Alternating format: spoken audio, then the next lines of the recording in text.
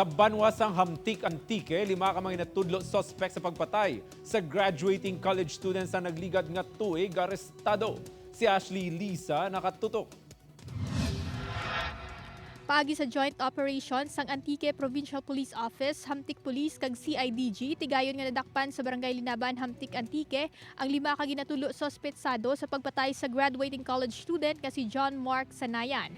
Ginkilala ang mga ini nga sanda Winston Misahon, Arnel Misahon, Wenny Misahon, Andres Misahon kag Rudy Misahon, lunsay magparentihanay kag mga residente sang nasambit nga barangay. Mas o menos sobra dya sang kaoras, sobra isa ka oras nga pag conduct sang joint operation sa ila. We were able to arrest them in their respective residences. Madumduman nga 4 ka adlaw nga dadula ang biktima, kag nasapa na lang ini sang Hulyo 14 tuig 2020 sa kamaisan nga yara na sa advanced state of decomposition. Ginapahayag may 14 ini kapila sa nagkalain-lain nga bahin sang iyang alawas tugas ang pagbuno. Ang biktima ang graduating na kuntani sa kurso nga engineering sang natabo ang krimen. Daan nga hiliguttanon ang ginatumod motibo sa pagpatay sa biktima. Disputes previously sa upper nga barangays pa sila nagapauli sa ilang nga duta.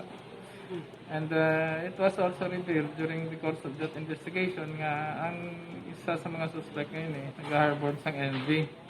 Daw may pagka nangin envious siya. Ginkalipay naman sa pamilya sang biktima ang pagkaaresto sa mga suspect. Gusto namon nga matawan ka hustisya mon akin hinables para nga maglining man tanaan ang pangabuhi dito sa babaw si karwa nga kabuhi na.